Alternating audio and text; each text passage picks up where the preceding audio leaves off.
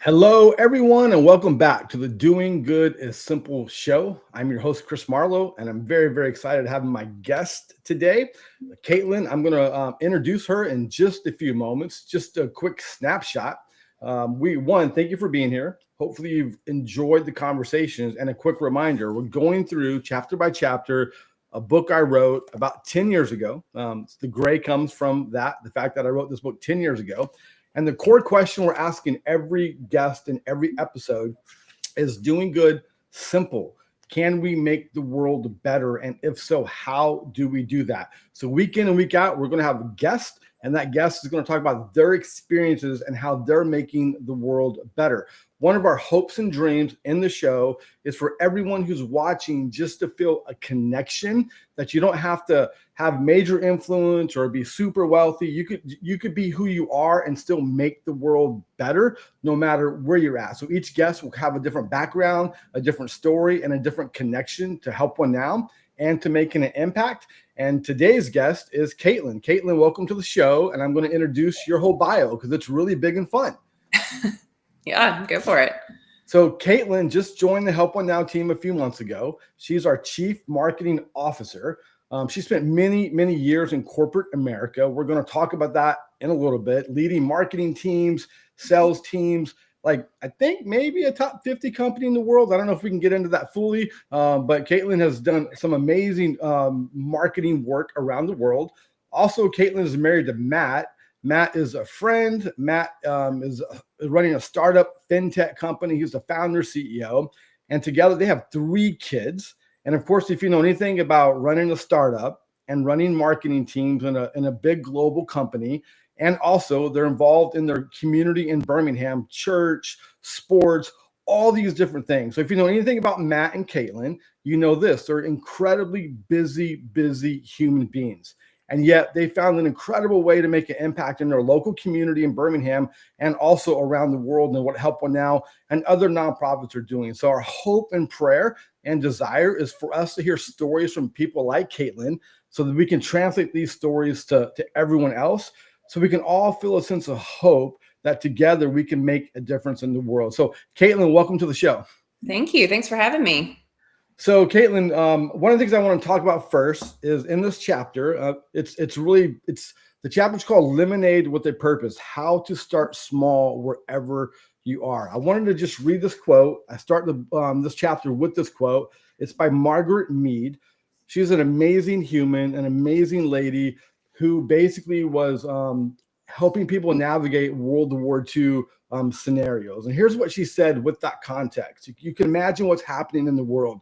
There's a war going on, and she's trying to bring hope to the world. And here's what Margaret says: never doubt that a small group of thoughtful, committed citizens can change the world. Indeed, it's the only thing that ever has. And so it's one of the Help One Now mantras, if you will, is that one giant step forward can create a ripple effects on impact. And so, Kaitlin, you kind of had this really unique moment, and we talk about it all the time. Sometimes you go searching for your calling, but other times your calling goes searching for you. Can you just share briefly how you have recently felt that moment in Peru and with the Help One Now world? Yeah, for sure. I think to really explain it just a little bit about like my background, how I got here. I was like you said, at a large global company. Was a workaholic probably since I started working in my early 20s. And that continued. And our company was acquired by this larger organization. And I had a lot of opportunities and I kept getting promotions. I kept getting invited to these trainings and these, women in leadership, and was on a leadership track and all of these things and all of these accolades. And it created this unconscious like workaholic tendency. Personally, I was getting a divorce in my 20s, which is not something that, is, is a good thing. I was embarrassed about it. And personally, my life was not in a good place, but professionally I was thriving. So I really threw myself into it and got on this, this hamster wheel that was really hard to get off of. But we can get into the details there. But last May, After years and years and years of corporate, of large company, of just all the things that go into that, I resigned. I just flat out had I don't want to say a breakdown, but, probably for lack of a better word, I did. I had a moment where I was like, what am I doing with my life? I can't do this anymore. I'm miserable. And I left. And the intent was to spend the summer with my girls. I have never, like I said, I was a workaholic, never had a summer with my children. My oldest they're 11. And I've never had a summer with them. They have been in some form of a daycare or a childcare setting since my daughter was eight weeks old or so. And I just wanted to have some time. So I resigned in May, had no idea what I was going to do. And my small group, who are some of our closest friends, they were taking a trip to Peru with Help One Now. And my husband had been on a trip previously. Our church is involved with Help One Now. I knew about it. But just to be totally honest, and I don't mean any offense with this, I really couldn't have cared any less about the fact that it was a Help One Now trip. I was going to go see Machu Picchu, hang out with my friends, and I didn't want to miss out on anything. So we decided, we were like, yeah, sure, we'll go. Signed up and we went on this trip in June. And I wasn't really expecting, my life to be changed. And it sounds super cliche, but 100%, going on that trip, seeing the poverty but also just seeing the poverty in such a different way. I saw so much beauty in it. And it was completely unexpected. And I think it's just been absolutely life-changing. Okay, so there's lots of ways I want to go with this now, because you said a few things that I think are really, really important and really critical. If you're watching the show live or down the road, and you may be experiencing what Kaitlin is experiencing, where it often feels like, and you hate to say it's a good or bad thing, it's just a thing. The world's moving so fast. We're so busy. It feels like in our minds, we can never slow down. I just had a birthday last week, and I reminded myself, like, time isn't infinite. We have a clock on this one life that we get to live. Kaitlin, if you can think through, help the audience maybe understand how you were trying to navigate being a successful career person, a wife, a mother, but also how did you actually make the change? Because I know we talk about this over and over with our community. So many folks are trying to make a change to live a more balanced life, but it's so hard to let go. How did you let go? Honestly, and I don't think I've ever told anybody besides Matt this. I had a performance review, and I'd always gotten really, really good reviews. And there was a new leader that I hadn't worked super closely with. But I think it was like a scale of 5, and I got like a 3 or something. I'd always gotten 4s and 5s. And I got like a 3, and that means partially in one of the categories. I got partially. And it's not a bad thing. Like, it wasn't a negative. It was just like, okay, yeah, average, it's okay. And about that same time, I had my daughter's middle school orientation. So she was starting middle school, and my youngest was going to kindergarten.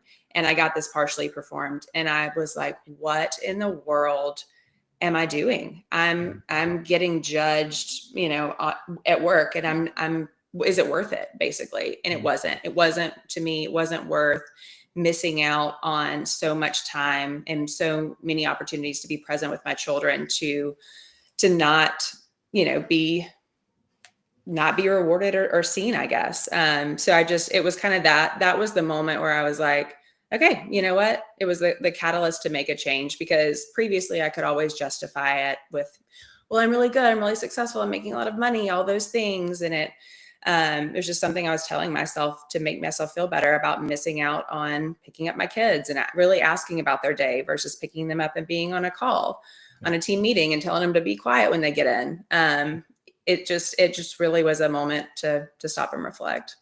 Okay, so one follow-up question. We talked last week with Andy that you can be ambitious and also give back and do good in the world. Yeah. How are you balancing out that? I know you're an ambitious person. You're a hard driver. You want to succeed. There are many people listening to this that are also that way, and yet you want a balance. Talk about ambition and balance. Yeah, 100%. I think I have a lot of ambition. I think I always will.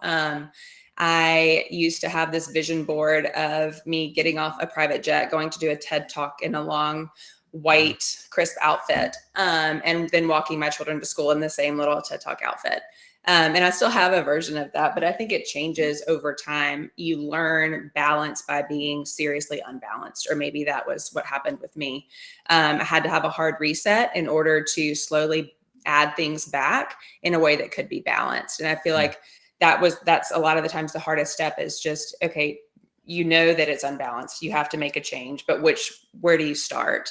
And for me, it was really starting from scratch. But I think it could also just be making intentional time with your phone, putting your phone away at 6 p.m. from like 6 to 9, or small things like that, where you'll start to have glimmers of balance, and it'll, in your mind, it's like, okay, well, this was really relaxing. I love not having my phone for 3 hours. So maybe I'll try 5, or maybe I'll try all day on Saturday. Yeah. And it can create this ripple effect in a positive way. That was awesome. So you've just made this massive life change. You've left corporate America and the stability. You go on this trip to Peru. You kind of have this moment with a really close group of friends. And one of the things that help one out, we talk about often, we know if people will join us on a trip, their lives will be transformed as well. We don't see them as just donors who write checks. We know transformation, life change happens not only for the people we serve around the world, but for the people who are coming with us to kind of join and lock arms. And yet at the same time, most folks don't do what you do. And I remember Lamar one day saying, hey, Kaitlin wants to be more involved in helping now. I'm like, well, that's awesome. Like as a volunteer. And he's like, no, I think it's a little more. It actually wasn't. So that's interesting that he said that. When I came back from the trip, I was like, hey, have you thought about this? And I just started giving some ideas or suggestions, like marketing email nurture campaigns and just small things. I didn't actually mean to work here. So it's funny that that's how it came off. It was really just, hey, I saw something, and I think anybody could do this. You go on a trip and you see areas of opportunity or areas of improvement, whether it's at the organization, the nonprofit, or whether it's in the community. My dad and I actually just got back from a trip to the Dominican, to one of our communities there, got back on Sunday night, and he texted me on Monday and said that he'd seen our leader trying to kind of build a retirement house. And he thought, and he's super handy. Like that man can fix and build anything in the world. Like Poppy can fix it. That's what my kids say. Something breaks, Poppy can fix it. Poppy wants to take a trip to stay for a week to go and help this leader finish his house. So that's an example of, he's not changing his career. He's not changing anything. He's just he's offering up a skill that he has that others need. And I think that's something anybody could do. Yeah, it was awesome. So help the audience work through this uncertainty and fear, because you've left you've left a very comfortable financial life to enter a very uncomfortable financial nonprofit life. And help us understand, when you and Matt are talking about like this big move about the change. Matt's probably going to jump in the show right now, so you have no clue what's going on. Help work through that conversation, because you guys have taken a risk, and your future is different now than it was 6 months ago. Yeah. Well, so I wasn't working in the summer. So my paycheck was $0, made it a teeny bit easier, but not much. But the plan was always for me to go back to work. He's at a growing startup, but still it's a startup. And we have, just a confession, we live a pretty comfortable life that we've built. And it's hard to see that, or think about that changing. So the idea was always that I would go back to work. And obviously, you're right. A nonprofit, it's quite a different salary and reason for choosing that work. Don't you? Are you still looking for the other 0 on the check? Sometimes, sometimes I'm wondering. I'm like, anyway. But yeah. So I honestly, the opportunity came up, and Lamar and I talked about it. Lamar, the COO. And I thought, hey, this may be something I want to do. And I told Matt, and he looked at and this again, haven't said this publicly, so he probably, I don't know if he'd like this, but it's true. So I'll say it. He looked at the sheet and he was like, absolutely not. Like, what? No, just hard no. Wanted the conversations to stop right there. I love you, Matt. Yeah. And I was like, and I got upset. I started crying. And I didn't know why. And I called my friend, I was processing with her. And I just said, I feel like for the first time, honestly, the first time in my life, I feel that God is very clearly, like, it was the clearest I think I've ever felt that God was telling me, no, this is something you need to do. You need to do that. And she said, well, Kaitlin, if God's telling you to do it, then it's going to be okay. You just have to trust in that. And I'd always really trusted in myself and my own abilities and my own, I can make money because I'm good and I have a skill and I'll get a good paycheck for that. And that's how I was taking care of myself versus God calling me to do something, me trusting in that and knowing that the other stuff will work itself out. In whatever way that needs to happen. If God is calling you to something, then it will all be okay. It will all work out. So let's talk about courage, and then we're going to get into some really practical parts of the doing good, because one of the things we want kind of in the show is when we talk about complex issues locally and globally, for individuals who are just, the world feels so busy, work, family, sports, you and Matt, you are that. You have a lot going on. You have a lot of dreams, passions, ambitions, desires, hopes. We all do. And yet, at the end of the day, one of the things I try to encourage people is you don't make a difference in the world by accident. We have so many plans in the world. We plan our finance, we plan our vacations, we plan our fitness, we plan our holidays, we plan everything. But the one thing we don't plan is like, how am I going to make the world more beautiful? And so I would love for you to maybe jump in and help us understand, like, how have you've basically said, I'm going to trust God more than myself, and I'm going to live by faith, not by sight. How have you and Matt worked through that together in a way that maybe will help the person watching this say, because it's hard. No, there's no right answer or wrong answer. This is a faith journey that even us in the West, we often tell God what God can do for us instead of saying, God, what do you want me to do for your kingdom? And so how are you, Matt, navigating like these conversations and these moments where you've taken a step of faith, you're trusting God, and yet I know it's still not easy, even in a first world context. That's a good question. I think I just try to look at the world differently and smaller. I'm not going, most likely, maybe, I'm not going to be Mother Teresa. My name is not going to last and be known by everybody in the world for generations to come. That's just not going to happen. But I can make an impact in somebody's world. And I try to think about it that way. When you help somebody that really could not help themselves without your influence, that to me is changing the world for them. And then that creates a ripple that changes the world for that community or the people in that community. So really, I think I've just started to look at the world differently. The term changing the world to me is changing somebody's world. And that's been helpful. That's awesome. So in the book, we talk about 3 hurdles of doing good. Everyone watching this, we understand this. We don't know how to sometimes voice it or frame it, but we understand it. There are 3 big ones. One, there's so many. It's just so numerous.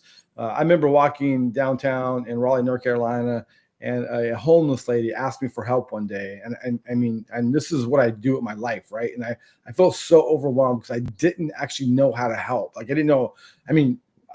This happens every day, but this one moment, we live in a very urban environment, and there's all kinds of like beauty and grit, together. But I just remember this moment. I don't know how to help her, like really help her. I didn't want to just give her $2 and walk on and like dehumanize the situation. But I also felt paralyzed. I was like, I don't know how to actually help.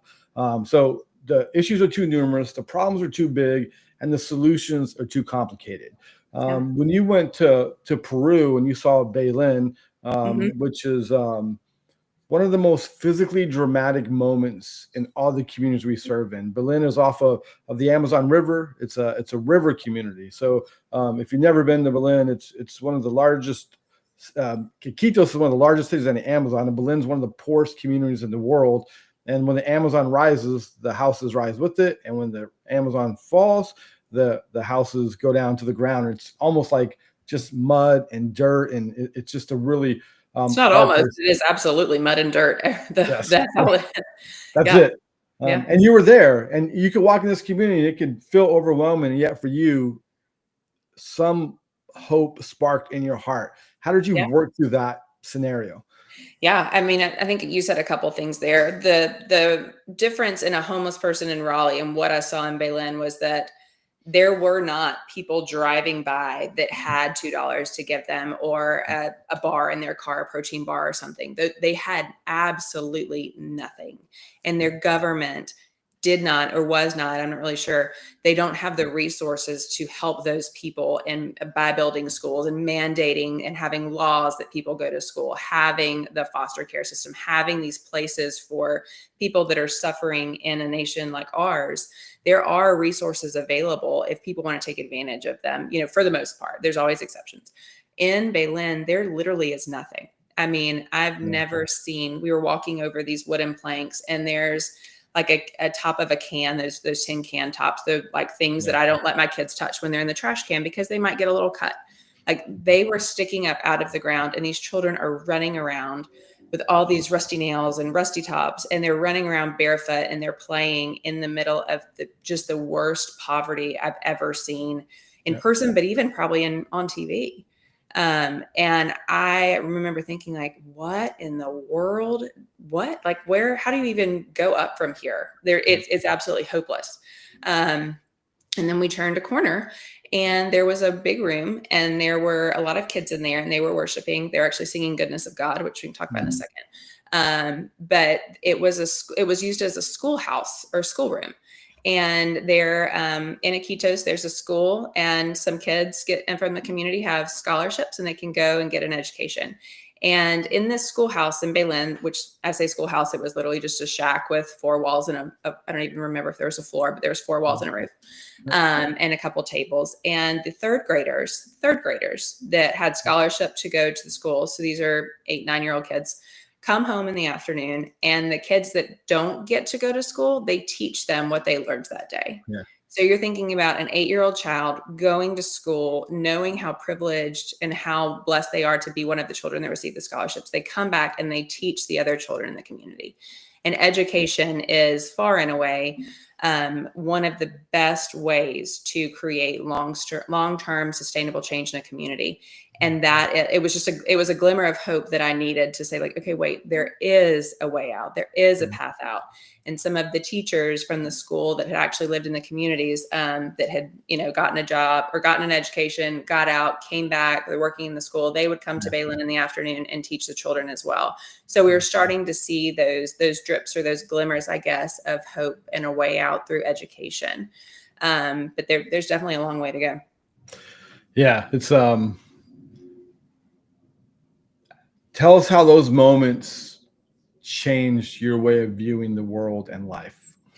I think the biggest one on the trip was also in Belen. And I always cry when I have talked about this before. So I'm really going to try super hard not to do that. But heads up, we were walking and there was a market and it was so hot, like 90 something degrees, humidity off the charts, just hot. Yeah. Sun's baking us. And there were stands with just raw chicken, like a whole chicken. Sometimes the heads were cut off, sometimes they weren't. Just dead raw meat on the countertops in these stalls, and people were buying it and cooking it. And I was looking at it like, oh my gosh, if my chicken's a little undercooked at a restaurant, I'm sending it back. And this is just right here. And there were women that were working in the market with the chicken stands. And one of them specifically, I looked over and she had her child sitting in her lap. So the child's facing her and she's holding it. She's like bouncing the kid like I've done 1,000 times, like inches away from these raw chicken. And I looked at it at first like, oh my gosh, that's so unsafe. I can't believe she's doing that. Like what I think I thought, and this is terrible. I think I thought like, oh my gosh, what kind of mother is she? And then I looked at her for a second longer, or a couple of seconds longer. And I really looked, and I looked at her face and I looked at the child's face, and she reached up and they touched, and I'll never forget it. Just like the way that she was looking at her child in the moment that they were sharing while she was at work was something I don't think I'll ever forget, because I just thought this is the most beautiful thing.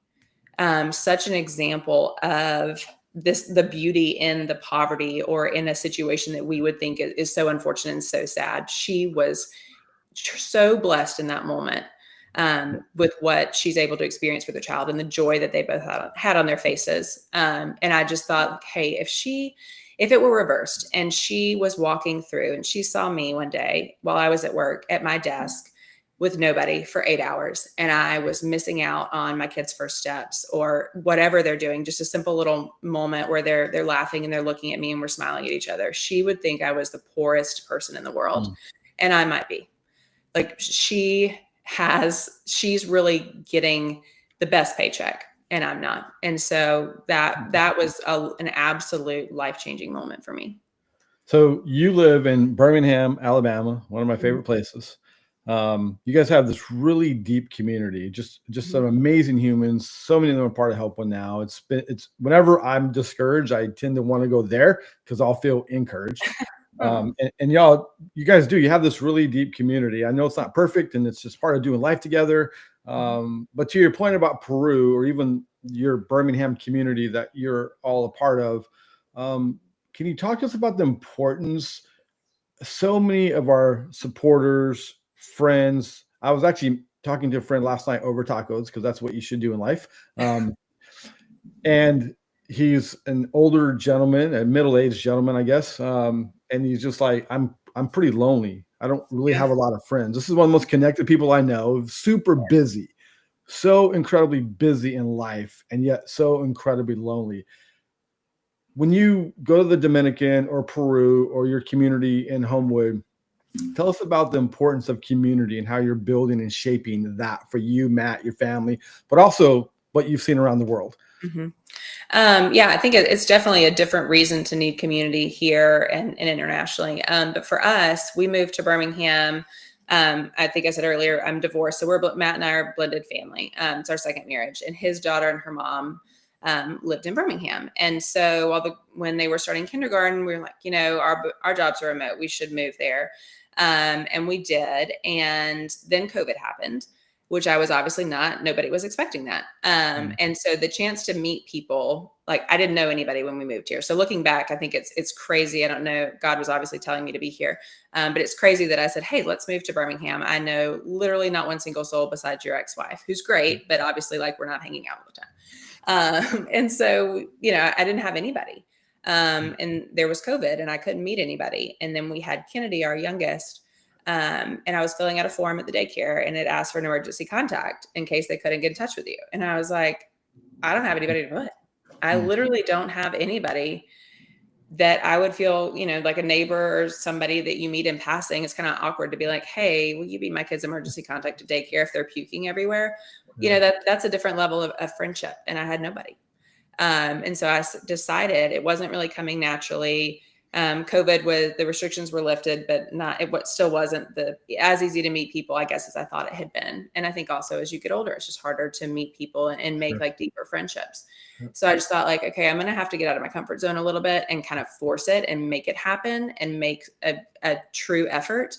And that's what I did because I literally didn't have anybody. And my oldest daughter had a friend that she'd met at school and they lived like 2 or 3 streets over. So I found their information. Makes me sound creepy on Nextdoor. Found their email and sent an email to the mom and asked for if we could all have a play date.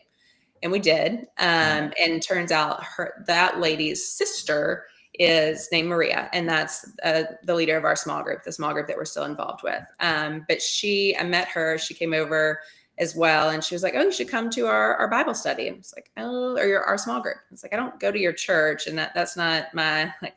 They're Presbyterian, and we were not. And I didn't really even know what that meant, so it seemed a little weird to go to a small group of a church that I didn't go to, but it was a Super Bowl party. And so I was like, okay, well, that makes it a little better. We'll just go to the Super Bowl party and then, probably won't see these people again. Ended up going to the party and just had a good time. Like it was so fun. Really enjoyed everybody that we talked to, everybody that we met. They were super sweet with Kennedy, and she was the baby, and they were all holding her. And Yeah. and then Maria invited us to come back the following Sunday, and Matt and I talked about it. And it's like, again, it's weird. We don't go to church, but we went back, and that happened a couple times. I think like 8 or so times we went to a small group and had never darkened the door of a church. Mm. So we were like, okay, well, we probably should like at least go to the church at some point. And I remember walking in and telling Matt, like, hey, I don't care what happens if this pastor gets up and speaks in tongues or whatever happens when we walk in this building, like this is where we're going to go. These are, I think these could be our people. And I thought like that was really early and it seems awkward, but just, I think making that intentional choice to get out of your comfort zone, to do things differently, and then continue to show up, even if it feels awkward, even if it feels like these people have such a tight knit network and I'm an outsider, just continue to do that, because now, it is, that group of people has absolutely 100% changed my life, and they are my people. And I didn't know who they were 5 years ago. So I'm a little shocked they allowed a lady from Georgia to enter the Alabama world. I know. Yeah. Yeah. It was, it's funny too, cause they all, the majority of them have grown up here or gone to college, like either Auburn or Alabama. It seems like everybody in Birmingham went to one of those two schools, and I did not. And they've known each other for years and years and years. There's two of the ladies in the group were friends since they were best friends since they were 4 years old. Yeah. And we've all kind of like, the circle can grow. I think a lot of the times people see circles or communities as these closed doors, but they're really not. They'll open it. They'll join you. Wait, I want to ask you a question about the circle can grow. That's so powerful. Yeah, you should write a book in this. Okay. Maybe talk to the people who have a circle. How could you encourage others in this world of loneliness before we segue into like the final part of this chapter? How important is it to allow the circle to grow? Because if we're living in a lonely world, part of what it means to be a good neighbor is to bring people into our lives. How do we grow the circle? Because I think that's where we're challenged, is like, it's so okay for us to like, I have my circle, I'm just going to keep it. But really, to love our neighbor well, maybe we need to grow. How can we do that better? That's a good question. I think honestly, just being open to that, not like knowing that, same when you have a child. I know a lot of people, they have their first child and they're about to go to the hospital to have their second. And a lot of people fear being able to love that next child as much as you love the first, because there's no way your heart could possibly expand that much. And every single time without fail, you have two kids, it does. You find room in your heart and your heart grows. And I think it's the same thing with people, and just trusting that the friendships and the relationships are solid enough to grow and expand without breaking. You have an infinite possibility. But that being said, you're not always going to be as close with everybody in the circle that you are, but they're still in the circle. They still have their own people. And just like, I guess extending the invitation to answer your question, I don't really know, just having things like a Super Bowl party that you can invite and bring people into, because it may feel a little less intimidating to come to a gathering versus a sit down type small group setting, So having those more casual opportunities, just randomly inviting people to dinner or to coffee or going on a walk and stopping and talking, and then inviting them to your house afterwards. I think that's probably the best way. Just informal. I love it. So doing good is simple. One of the greatest ways we can impact our local communities is to expand our circles, to search and seek people who need to be invited into a circle. You literally will change people's lives when you invite them into your circle. So if you're watching this, please think about it two ways. If you need a circle, be courageous, do something, take the risk. Stalk people on the internet and find their address. Stalk people next door. And so that's always, no, I'm kidding. But that is a great way to make an impact. So in the book, we talked about the kind of like 6 key ways to make an impact. And here they are. Do something. Just do something. Start small. Follow your passions. Use your gifts. Build relationships. Join the circle. Expand the circle. And play the long game. And so one of the things that I want people to hear when you watch this is just know you make the greatest difference by being the most courageous person. If you open up your circle, you'll literally change people's lives. You may not be Mother Teresa, but you absolutely will change people's lives. And that circle is actually the circle that also went to Peru. So you never kind of know what the full journey is going to be. One thing I would encourage everyone, you can't make the world better by going alone, by doing it on your own. You need to make the world better through a community of people, and together you make an impact on each other's lives, on your local community, and of course the global community. So Kaitlin, when you think about like the do something, what is the first thing that comes to your mind with like the best way to take the next right step to make the world different? I think smaller steps, and we talked about it a little bit, but the child, like sponsoring a child for a certain amount of months, that was the first way we got involved with Help What Now. We'd heard about it at church, and Matt said, "Hey, I think this is something we need to do. let's sponsor a child, $40. We can do it. And we wanted it to be about more than just writing a check. So we decided to, but it was, that it's that doing something, starting small, the sponsorships. And then he said, let's have a rice night with our kids. I was like, what do you mean a rice night? Yeah. And he said, yeah, our kids are pretty spoiled, and they are. Instead of having, Chick-fil-A or whatever it is that we would normally have pizza night on Friday, we're going to have rice. And we're going to show them that this is a typical meal for the child that we're sponsoring, but two, just letting them be a little bit more, or giving them the opportunity to appreciate more the things that they have. So we printed out a picture of the child that we sponsor, and we set it on the table. We don't do this every Friday, but we try to do it, pretty often. We have rice night, and we donate the money that we would have saved that month from the meal to an organization. And it's a really easy, tangible way that you can make an impact. And I'm, not going to lie and say that everybody loves rice night and everybody looks forward to it. And the kids didn't pitch an absolute fit the first time, because they 100% did. But it was worth it. It was a good memory, good moment. And I do think it has changed their view on, little things like rice and pizza, and just, how lucky and how blessed they are. So that's I think a good example of like starting small. That's awesome. So we'll talk about this in a couple episodes down the road, but the impact matrix, I talk about it every week. It's so important. Gifts, talents, passions, resources.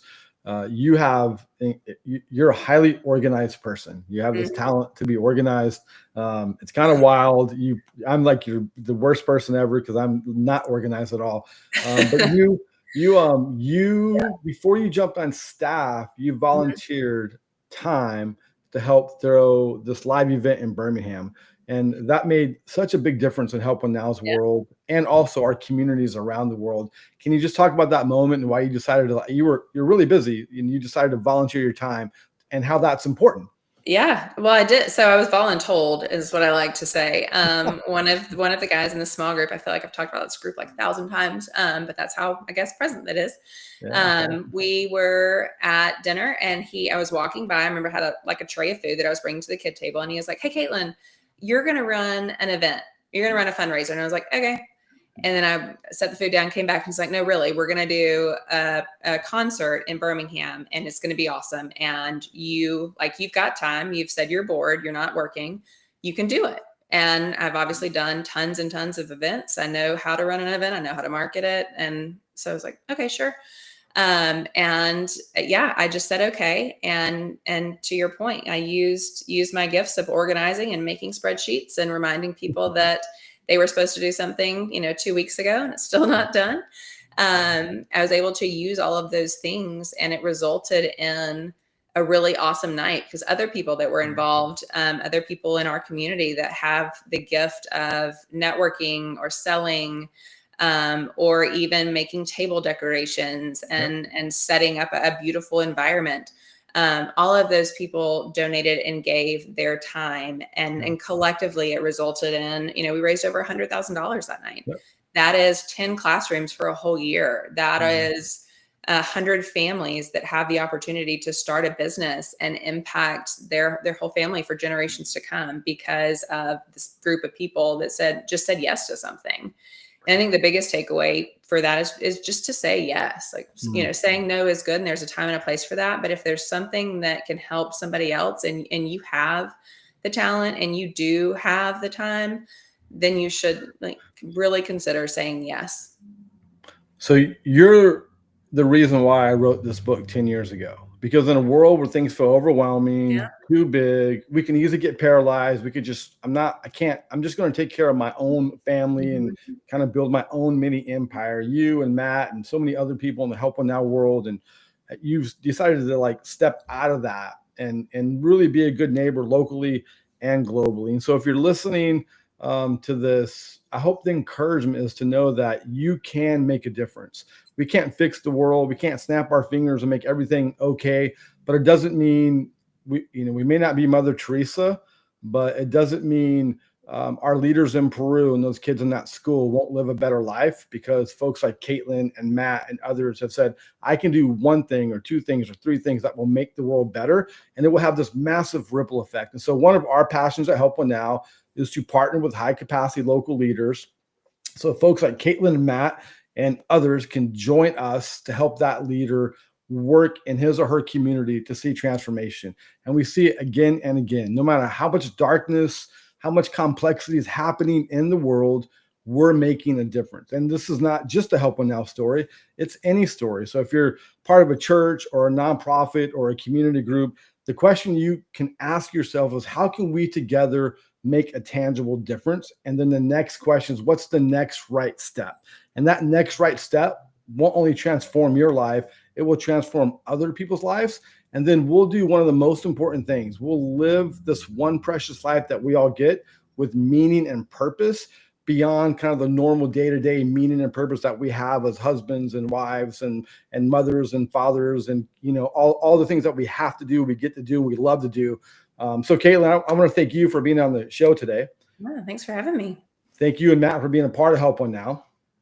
Matt, I know you're going to watch this. Thank you for agreeing to, and Kaitlin, you've blessed Help One Now so much. You've created so much lift and so much impact. So it's just an amazing story.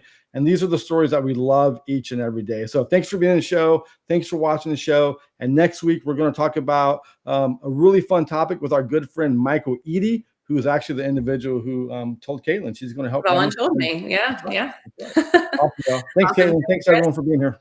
Bye.